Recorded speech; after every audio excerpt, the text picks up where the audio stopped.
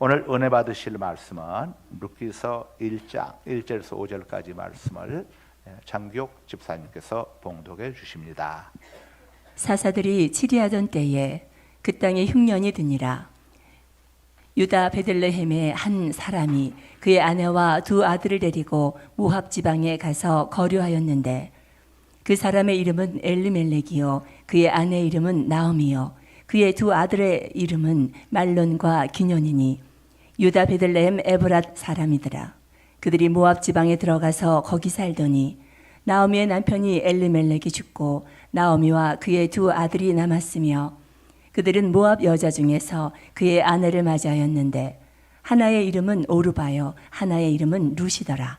그들이 거기에 거주한 지 10년쯤에 말론과 기럇 두 사람이 다 죽고 그 여인은 두 아들과 남편의 뒤에 남았더라. 아멘. 아멘. 아름다운 찬양대 찬양 읽겠습니다.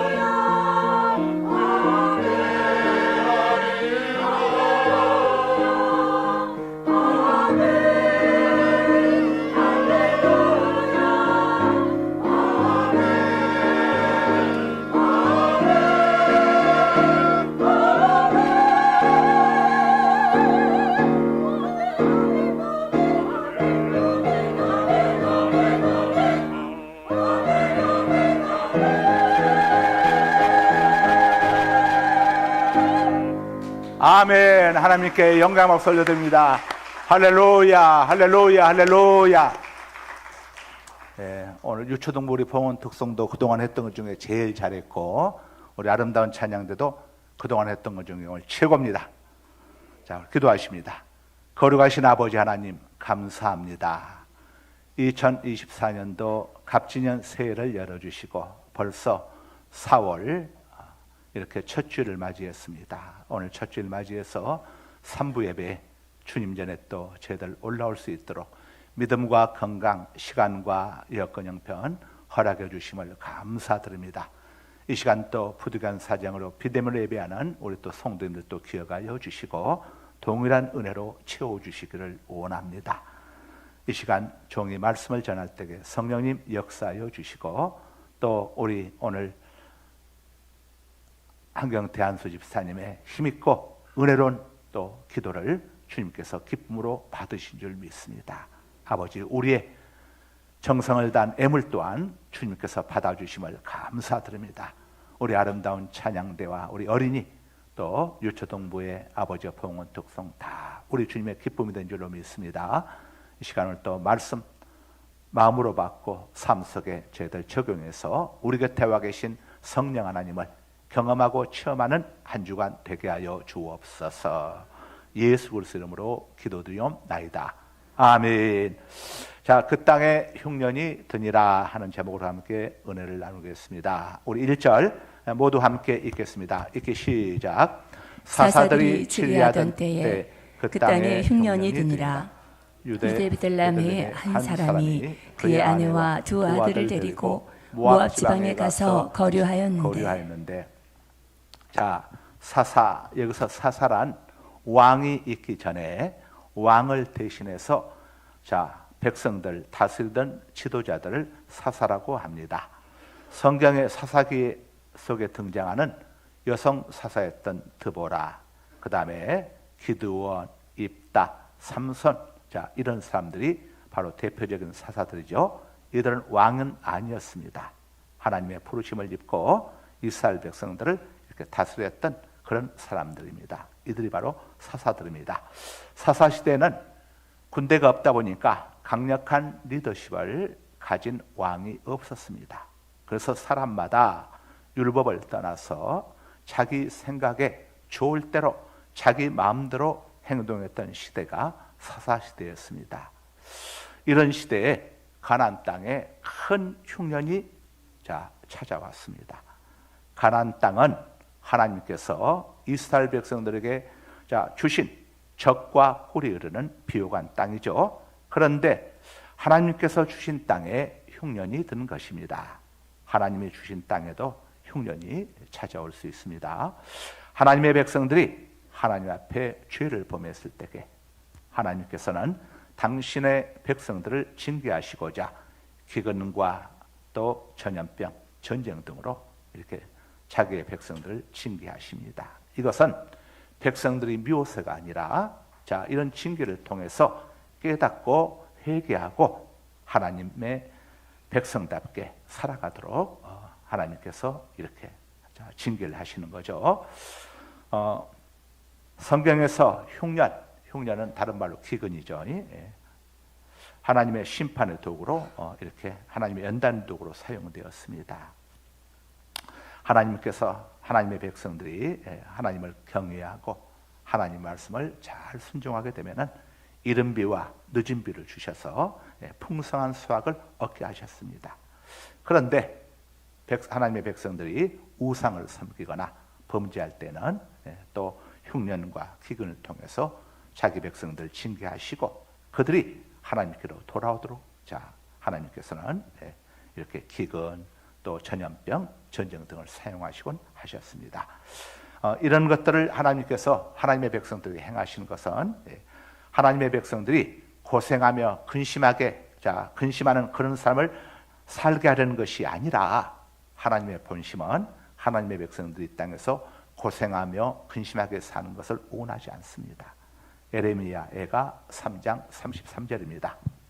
주께서 인생으로 고생하게 하시며 근심하게 하심은 본심이 아니시로다. 하나님께 잘못한 자리에서 깨닫고 회개하고 돌아오기를 원하는 겁니다. 하나님은 자기 백성을, 죄 때문에 자기 백성을 찢으시기도 하시지만 하나님의 백성들이 회개하고 돌아오게 되면은 하나님이 또 다 싸매 주시고 또 치료해 주시고 회복시켜 주시죠. 호세아 6장 1절입니다. 오라 우리가 여호와께로 돌아가자. 여호와께서 우리를 찢으셨으나 도로 낫게 하실 것이요 우리를 치셨으나 싸매어 주실 것임이라. 아멘. 자, 하나님은 이렇게 좋으신 하나님이십니다. 당시 유다 베들레헴에 사사들이 통치하던 때에 유다 땅 베들레, 자, 베들레헴에 이스라엘 땅 베들레헴에 한 가족이 살고 있었습니다. 가장의 이름은 엘리멜렉이고 아내의 이름은 나오미였습니다. 이들에게는 두 아들이 있었습니다. 장남은 말론이고 차남의 이름은 기론이었습니다. 흉년에 생활고를 겪고 있던 엘리멜렉은 생활고를 해결하기 위해서, 생활의 어려움을 해결하기 위해서 아내와 두 아들 데리고 자기들이 살던 베들레헴을 떠나서 모압 지방으로 이주해 갔습니다. 이민을 간 거죠. 모압 지방으로 가면은 생활 문제도 해결되고 모든 일이 잘 될 줄로 생각을 했던 모양입니다. 베들레헴, 이들이 살았던 베들레헴 곧 가나안 땅은 하나님께서 그들에게 기업으로 허락하신 땅이죠.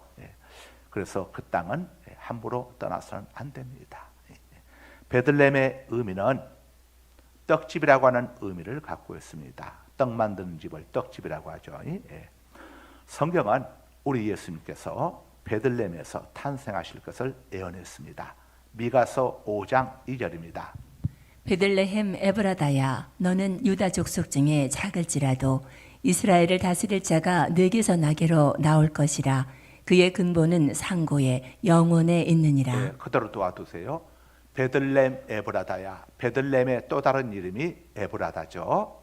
너는 유다 족속 중에 작을지라도, 이 베들레헴은 이스라엘 땅 중에 아주 작은 땅이었습니다. 그런데 이 작은 땅인 베들레헴에서 메시아가 탄생하게 될 것임을 알려주고 있고, 한 아기가 태어나게 될 것임을 알려주고 있고, 그 아기는 사람으로 아기로 태어나지만 그의 근본은 상고의 영혼에 있느니라. 그러니까 그 아기는 태초부터 계셨던 하나님, 영원히 존재하시는 하나님이다 하는 것을 알려주고 있는 것입니다. 하나님이신 성자 하나님께서 바로 베들레헴에서 탄생하실 것을 성경이 알려준 것이죠. 그런데 성자 하나님이신 예수 그리스도는 어떤 분이시냐면은 생명의 떡이십니다. 생명, 우리에게 생명, 영원히 죽지 않는 생명, 영생을 주시는 바로 생명의 떡이 예수 그리스도이십니다. 요한복음 6장 35절입니다. 예수께서 이르시되 나는 생명의 떡이니 내게 오는 자는 결코 줄이지 아니할 터이요 나를 믿는 자는 영원히 목마르지 아니하리라. 아멘. 떡은 우리 육신의, 우리들 몸의 양식인 것처럼 이 생명의 떡은 우리 영혼의 양식인 겁니다. 이 생명의 떡은 곧 하나님 말씀인 거죠. 하나님의 말씀이 인간의 몸을 입고 이 땅에 오신 분이 성자 하나님이신 예수 그리스도이십니다. 그래서 생명의 떡이신 모든 죄인들을 구원해 주시기 위해서, 이 땅에 있는 죄인들을 구원해 주시기 위해서 생명의 떡으로 이 땅에 찾아오실 분이 바로 찾아오실 예수 그리스도가 태어나실 축복의 땅이 베들레헴이라고 하는 의미죠. 그러니까 이 베들레헴은 보통 땅이 아닙니다. 떠나서는 안 되는 곳이죠. 오늘날 우리가 아무리 힘들고 어려워도 예수님을 떠나서는 안 됩니다. 하나님을 떠나서는 안 되는 것이죠. 그런데 엘리멜렉은 베들레헴을 떠나가지고 모압으로 이민을 가버렸습니다. 엘리멜렉의 행동은 하나님께서 주신 기업을 저버린 것입니다. 하나님을 떠나간 것입니다. 엘리멜렉의 신앙이 돈도 가지 못했구나, 신실한 믿음의 사람이 아니었구나 하는 것을 엿볼 수가 있죠. 우리 성도들은 고난당할 때에 고난당하는 자리를 피하려고 하지 말고 고난을 통해서 하나님께서 내게 무엇을 알려주시고자 하시는가, 여기에 우리가 포커스를 맞춰야죠. 그래서 고난이 있을 때에 겸손히 하나님께서 내게 무엇을 원하시는가, 자, 우리가 돌아보아야 합니다. 내가 하나님의 법대로 살지 못했구나 하는 것을 깨달았다면 하나님의 법을 지키는 자리로 돌아가야죠. 고난을 주시는 목적이 여기에 있는 겁니다. 시편 119편 71절입니다. 고난 당하는 것이 내게 유익이라. 이로 말미암아 내가 주의 율례들을 배우게 되었나이다. 아멘. 베들레헴은 그리스도에 대한 약속이 있는 땅이고 하나님께서 허락하시는 곳이고 또 하나님의 말씀 있는 땅이고 1년 내내 항상 하나님께서 돌보시는 축복의 땅이 바로 베들레헴입니다. 가나안 땅이다 이거죠. 신명기 11장 11절에서 12절입니다. 너희가 건너가서 차지할 땅은 산과 골짜기가 있어서 하늘에서 내리는 비를 흡수하는 땅이요 내 하나님 여호와께서 돌보아 주시는 땅이라. 연초부터 연말까지 내 하나님 여호와의 눈이 항상 그 위에 있느니라. 아멘. 하나님이 항상 살펴보시고 돌보아 주시는 이 가나안 땅에 기근이 맺다고 하는 것은 그들의 죄에 대한 하나님의 징계였음을 보여주고 있는 겁니다. 하나님의 징계 앞에서는 회개를 해야지 피하거나 도망치면 안 되죠. 여러분들이 신앙생활하다가 환난이 다가왔을 때에 하나님 앞에서 회개해야 합니다. 하나님 떠나서 다른 신 섬기려고 하면 안 되죠. 환난을 인내하지 못하고 하나님 떠나고 예수님 떠나가게 되면 큰 문제가 생기게 됩니다. 그런데 엘리멜렉 가정은 일시적인 흉년과 생활의 어려움을 참지 못하고 그 약속의 땅을 떠났습니다. 엘리멜렉의 가정은 이후에 쭉 보게 되면 남편 엘리멜렉보다도 아내 나오미가 믿음이 더 있었습니다. 그러니까 베들레헴을 떠나자고 한 것은 가장인 남편 엘리멜렉이 이렇게 서둘렀던 것으로 추정되죠. 보여지죠. 그렇지만 아내 나오미에게도 책임이 있습니다. 그 가정에서 믿음 좋은 나오미가 믿음의 가장이죠. 집안의 가장은 남편이지만은 믿음의 가장은 믿음 좋은 아내가, 믿음 좋은 사람이 믿음의 가장이 되는 겁니다. 그렇다면 나오미가 믿음 약한 남편을 남편에게 잘 이렇게 권면을 해가지고, 여보, 여기는 하나님께서, 이스라엘 하나님 여호와께서 우리 조상님들에게 주신 땅인데 이 땅을 떠나서는 안 됩니다. 지금 무엇인가 하나님의 뜻이 있기 때문에 기근을 주신 것인데, 이럴 때 우리 인내하면서 하나님과 바른 관계를 맺으면서 견딥시다 이렇게 이야기를 하고 남편을 붙잡았어야 하는데 이렇게 남편을 강하게 붙잡지 않았던 것 같아요. 하나님께서는 남편을 돕는 배필로 아내를 지으셨죠. 따라서 아내는 남편을 하나님의 뜻에 맞게 도와야 합니다. 남편을 맹목적으로 추종하지 말고 남편이 하나님의 뜻대로 나아가도록 도와야 하는 겁니다. 그래서 돕는 배필이라고 하는 히브리어 언어 속에는 돕기는 돕되, 돕는 배필이기는 돕는 배필인데 반대하며 돕는 자라고 하는 이런 의미가 담겨 있습니다. 아내는 남편을 돕되 맹목적으로 돕는 그런 종속적인 배필이 아니라 남편이 하나님의 뜻과 다른 행동을 할 때는 반대하면서 곁에서 평등하게 동등하게 돕는 배필해야 한다는 것을 알려주고 있습니다.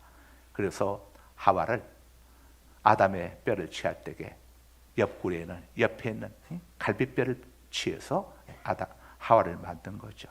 그래서 옆에 있는 뼈를 취했다고 해서 옆에내다 이렇게 이야기하는 겁니다. 옆이라고 하는 것은 동등하다는 것을 이야기하는 거죠. 그래야 진짜 돕는 배필이 되는 것이죠. 아나니아와 삽비라 두 부부가 하나님을 속여서 함께 죽었지 않습니까? 그때 아내인 삽비라가 남편을 잘 도왔다면 함께 살았겠죠. 나오미는 남편 엘리멜렉이 하자는 대로 이렇게 맹목적으로 쫓아갔던 것 같습니다. 그래서 모압 땅으로 이주를 했는데 모압 땅에 이주해서 얼마 지나지 않아서 큰 일이 일어나게 됩니다. 3절입니다. 3절을 함께 읽습니다. 시작. 나오미의 남편 엘리멜렉이 죽고 나오미와 그의 두 아들이 남았으며. 자, 잘 살아보겠다고 해서 모압 땅으로 이렇게 떠나갔습니다. 하나님께서 허락하신 이 약속의 땅, 가나안 땅 베들레헴을 떠나가지고 모압 땅으로 갔는데 간지 얼마 되지 않아가지고 모압 땅으로 가자고 앞장서서 강력하게 주장했던 남편 엘리멜렉이 그만 죽고 말았습니다. 이 나이가 젊었으니까 이렇게 이주하자고 했었겠죠. 나이가 많은 사람들이 이주했을 리는 없고 이 엘리멜렉이 나이가 많지 않았던 것으로 보이는데 그만 모압 땅에 간지 얼마 안 돼 가지고 죽고 말았습니다. 이제 나오미와 두 아들만 남게 되었습니다. 자, 그 다음 사건이 어떻게 전개되고 있습니까? 4절과 5절을 함께 읽습니다. 시작. 그들은 모압 여자 중에서 그들의 아내를 맞이하였는데 하나의 이름은 오르바요 하나의 이름은 루시더라. 그들이 거기에 거주한 지 10년쯤에 말론과 기럧 두 사람이 다 죽고 그 여인은 두 아내와 남편의 뒤에 남았더라. 아멘. 자, 남편이 죽고 난 다음에 이제 남편이 죽었으면 어떻게 하겠습니까? 이게 중요한 순간에는 이런 게 가끔 한 번씩 나옵니다. 굉장히 지금 중요한 순간이니까 집중해서 들으시길 바랍니다. 이 모압 땅으로 이제 갔다가 남편이 죽고 말았죠. 죽고 난 다음에 이제 나오미 입장에서는 어떻게 하겠습니까? 하나님께서 명하신 그 모압 땅을 이 가나안 땅을 떠나서 이런 일이 임했구나. 자, 돌아가야지 하고 두 아들 데리고 돌아갔어야 하는데 나오미가 그때까지도 정신을 차리지 못했던 것 같습니다. 그래서 모압 땅에서 어떻게 했느냐 하면은 지금 방금 우리가 읽은 것처럼 두 아들을 장가를 보냈습니다. 그리고 모압 처녀들을 며느리로 맞이한 겁니다. 두 아들을 모압 처녀와 결혼시킨 것을 보게 되면은 나오미는 베들레헴으로 가나안 땅으로 돌아가고 싶은 생각이 전혀 없었던 것 같습니다. 모압 땅에 뼈를 묻으려고 이렇게 생각을 했던 것 같아요. 자, 그런데 어찌된 일인지 두 아들 다 자식을 얻지를 못했습니다. 그리고 나오미가 모압에 이주한 지 이민 간 지 10년쯤 되었을 때에 이제는 장남인 말론과 차남인 기럧 둘 다 죽고 말았습니다. 이제 나오미에게는 큰 며느리인 룻과 여기에는 오르바 이름이 먼저 나오고 있지만 룻이 큰 며느리고 작은 며느리가 오르바입니다. 나오미에게는 두 며느리만 남게 되었습니다. 그러니까 이제 남편 잃은 과부인 나오미가 또 남편들 잃은 두 며느리와 함께 세 과부만 남게 된 것이죠. 떠나서는 안 될 베들레헴을 떠난 지 10여 년 만에 나오미의 가문은 완전히 망해버린 겁니다. 신앙생활하다가 환란이 임했을 때에 그 이유를 곰곰이 살펴보며 하나님 앞에 회개하고 하나님과의 관계를 회복해야 하는데 하나님의 징계를 피해서 모압으로 떠났던 엘리멜렉 일가는 베들레헴을 떠난 지 10년 만에 모든 것을 다 잃고 말았습니다. 하나님의 택한 백성이 인생이 힘들다고 해서 하나님을 떠나게 되면은 10년이 지나지 않아서 결과가 확연하게 드러나게 됩니다. 죽을 자는 죽고 징계받을 자는 징계받고 망할 자는 망하게 되는 것이죠. 여기까지가 오늘 본문의 내용입니다. 오늘 본문을 통해서 성경이 우리에게 알려주는 세 가지 영적 교훈이 있습니다. 첫째는 가장의 신앙이 가정의 운명을 좌우할 수 있다는 교훈입니다. 가장의 신앙에 따라 그 가정이 복을 받기도 하고 저주를 받기도 합니다. 아담의 가정은 아담 때문에 에덴 동산에서 쫓겨나고 말았죠. 아담의 큰아들 가인이 작은 아들 아벨을 죽이는 비극이 발생하고 말았습니다. 반면에 노아의 가정은 가장인 노아 때문에 대홍수 심판에서 온 가족이 구원을 받았습니다. 이처럼 가장의 신앙이 가정과 자녀들의 운명을 좌지우지할 수가 있습니다. 가장 되신 분들은 하나님 보시기에 바른 신앙의 삶으로 여러분의 가정과 자손들이 천대까지 복을 받아 누리게 되시길 주님의 이름으로 축복합니다. 두 번째 교훈은 성도는 어떤 경우에도 자기 자리를 떠나서는 안 된다는 교훈입니다. 물고기가 물을 떠나면 어떻게 됩니까? 어부에게 잡혀서 면탕감이 되고 말죠. 포도나무 가지가 포도나무에서 떨어지게 되면 나무꾼이 주워다가 땔감으로 써버립니다. 우리 성도들이 하나님 품을 떠나게 되면 어떻게 되겠습니까? 마귀의 표적이 되고 세상의 조롱거리가 되고 말지요. 요나가 있어야 할 자리, 요나가 가야 할 자리는 니느웨였습니다. 그런데 요나는 하나님의 명령을 거부하고 니느웨로 가지 않고 다시스 스페인으로 가기 위해서 요파 항구에서 배를 탔습니다. 그런데 어떤 일이 일어났습니까? 광풍이 불어서 배가 난파 직전에 몰렸습니다. 그제서야 요나는 정신을 차리고 회개하고 그리고 니느웨로 돌아갔습니다. 자, 여러분들 삶 속에 환난이나 어려움이 있거든. 먼저 여러분들 자신을 하나님을 보지 마시고 왜 하나님이 나한테 이렇게 하시는가 하나님께 포커스 맞추지 마시고 여러분 자신들 한번 잘 살펴보시기 바랍니다. 여러분이 있어야 할 자리를 떠나 있지는 않은지 겸손히 돌아보시고 믿음의 자리, 기도의 자리, 예배의 자리, 봉사의 자리를 잘 지켜야 하는 것이죠. 특별히 하나님과의 관계를 회복하는 것이 문제 해결의 지름길인 겁니다. 하나님과의 관계를 회복하는 최고의 처방전은 회개입니다. 여러분 하나님 앞에 회개할 것들 회개하지 않으신 분들 여러분은 그냥 세월이 흘러가면 잊혀지겠지 싶지만 천만의 말씀 하나님이 다 기억하고 계십니다. 하나님 앞에 회개하셔야 합니다. 그래야 하나님의 은혜를 입을 수 있습니다.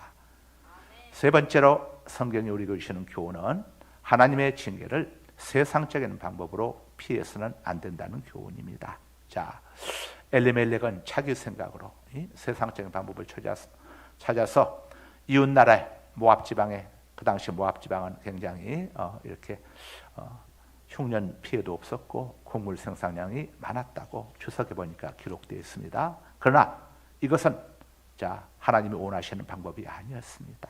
하나님은 엘리멜렉이 베들레헴을 떠나지 않고 거기에 머무르면서 회개하고 하나님과의 관계를 바르게 행하기를 원했지만은 자기 생각으로 이렇게 하나님께서 주신 베들레헴 가나안 땅을 떠남으로 인해 가지고 돌이킬 수 없는 이런 고난을 겪고 말았습니다. 마지막으로 징계를 받고도 깨닫지 못하게 되면 멸망하게 된다는 교훈을 우리에게 주고 있습니다. 엘리멜렉의 두 아들 말론과 기론이 모압으로 이주한 지 10년 즈음에 모두 죽었다고 했습니다. 이것은 징계를 받고도 깨닫지 못한 자의 말로를 보여줍니다. 그들은 아버지 엘리멜렉이 모압으로 이주한 지 얼마 안 되어 죽는 모습을 보았습니다. 그때 그들은 깨닫고 회개하고 베들레헴으로 바로 돌아왔어야 합니다. 그런데 돌아오기는커녕 모압 여인들과 결혼을 해버렸습니다. 모압 땅에 뼈를 묻겠다는 것이죠. 다시는 베들레헴으로 돌아오지 않겠다는 것입니다. 징계가 하나님의 채찍인 줄 모르게 되면 결국 이렇게 망하게 된다는 것을 성경이 우리에게 알려주고 있습니다. 이스라엘 백성들을 끝까지 놓아주려 하지 않았던 애굽왕 바로를 보십시오. 그는 하나님께 10번이나 징계를 받았음에도 회개하지 않았습니다. 그래서 홍해 앞에 선 이스라엘 백성들을 죽이기 위해서 병거와 군대를 거느리고 이스라엘 백성들을 추격해 왔습니다. 그 결과가 어떠했습니까? 그 홍해 앞 도가내던 지다. 이스라엘 백성들 이제 다 도가내던 지다. 주다. 그들을 다 가서 죽이자고 하는데 그들은 이스라엘 백성들을 죽이는 것이 아니라 자기들이 홍해 속에 수장되어 죽고 마는 사망의 골짜기가 되고 말았습니다. 하나님의 징계를 깨닫지 못하고 회개하지 않는 자, 끝까지 고집부리는 자, 돌이키지 않는 자들은 모두 결국은 멸망당하고 만다는 사실을 성경이 우리에게 알려주고 있음을 기억하십시다. 더 늦기 전에 회개할 것들 회개할 수 있기를 바랍니다. 말씀을 정리합니다. 오늘 루카서 1장 1절에서 5절을 통해 하나님께서 우리에게 주시는 교훈 4가지를 정리합니다. 첫째, 가장의 신앙이 가정의 운명을 좌우할 수 있다는 교훈입니다. 둘째, 성도는 어떤 경우에서 자기 자리를 주님을 하나님을 떠나서는 안 된다는 교훈입니다. 셋째, 하나님의 징계를 세상적인 방법으로 피해서는 안 된다는 교훈입니다. 마지막으로 징계를 받고도 회개하지 않으면 멸망하게 된다는 교훈입니다. 존귀하신 우리 아버지 하나님 감사합니다. 오늘 말씀을 통해서 우리 자신들을 또 돌아봅니다. 하나님 앞에서 회개할 것들, 내려야 할 것들, 아버지 우리의 양심이 증가하고 있습니다. 하나님 앞에서 저희들 온전히 깨닫고 회개하고 내려놓고 더 늦기 전에 하나님과의 관계를 바르게 함으로 인해서 망할 자리에서 흥할 자리로, 죽을 자리에서 살 자리로 아버지 하나님 돌아설 수 있는 우리 성도님들 다 되게 하여 주옵소서. 예수 그리스도 이름으로 기도드리옵나이다. 아멘. 사울의 복음성 함께 부르십니다.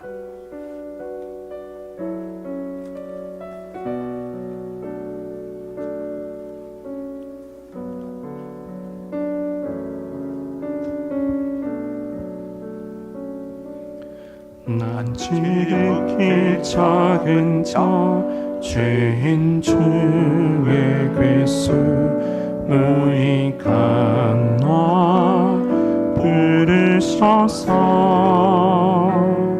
간절한 기대와 소망 부끄럽지 않게 십자가 전개 하셨네.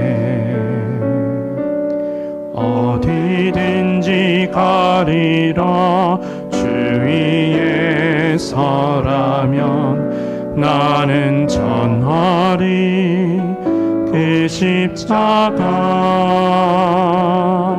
내 몸에 밴 십자가 그 보혈의 향기 온 세상 채울 때까지 살아도 주를 위해 죽어도 주를 위해 사나 죽으나 난 주의 것. 십자가의 능력 십자가의 소망 내 안에 주만 사시는 것. 난 지극히 작은 자 죄인 중에 괴수 무익한 나 부르셔서 간절한 기대와 소망 부끄럽지 않게 십자가 전개 하셨네. 내 사랑 나의 십자가.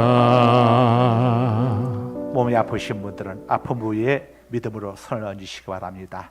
우리 곁에 와 계신 성령 하나님께서 여러분의 믿음대로 여러분들 만져주시고 고쳐주시고 치료해 주실 것입니다. 기도 제목이 있으신 분은 가슴에 손을 얹으시기 바랍니다. 여러분 소원이 있으신 분들 한 손을 가슴에 얹으시기 바랍니다.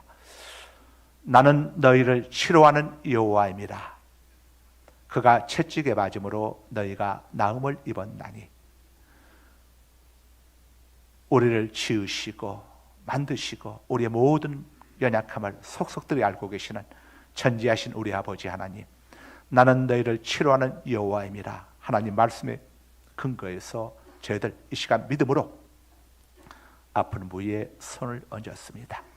성령 하나님께서 이 시간 우리 성도님들 각자를 만져주시기를 원합니다. 우리도 알지 못하는 가운데 우리 속에서 자라고 있는 각종 암세포들을 도말하여 주시고 녹여주셔서 배설물로 쏟아져 내려가게 하여 주옵소서. 염증들은 깨끗이 아물게 하여 주셔서 아버지여 병균들이 기생하지 못하게 하여 주옵소서. 아버지 막힌 혈로들은 뚫어주시고 연약한 부위들은 강하게 하여 주옵소서.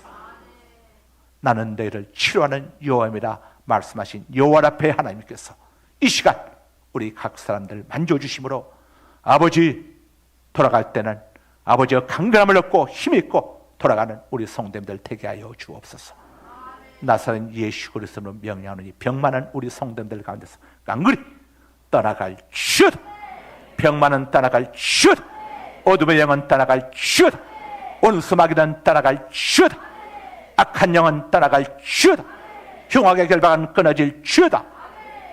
죄의 멍에는 풀어질 주다. 거룩하신 아버지, 이 시간 우리의 기도 제목을 마음의 소원을 가슴에 품었습니다. 하나님께서는 자기의 기쁘신 뜻을 이루시기 위하여 너희로 기도 제목을 두고 소원을 두고 행하게 하시나니 빌립보서 2장 13절의 말씀에 근거하여 우리의 기도 제목을 품었습니다.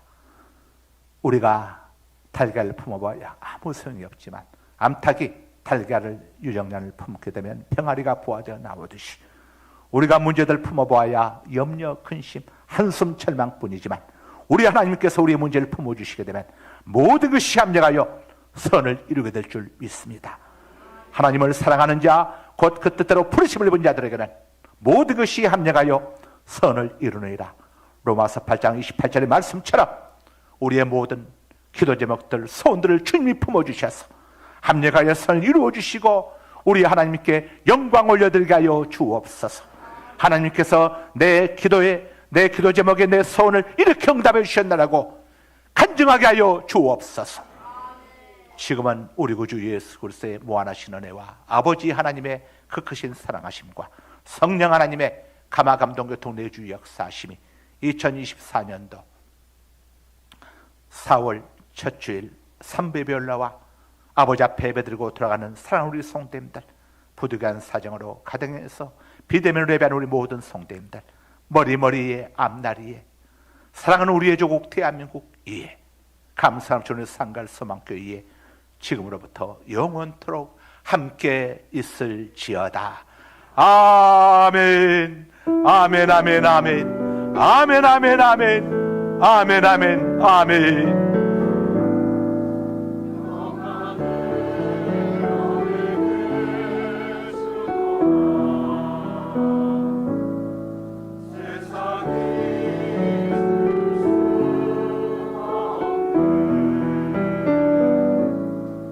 세상에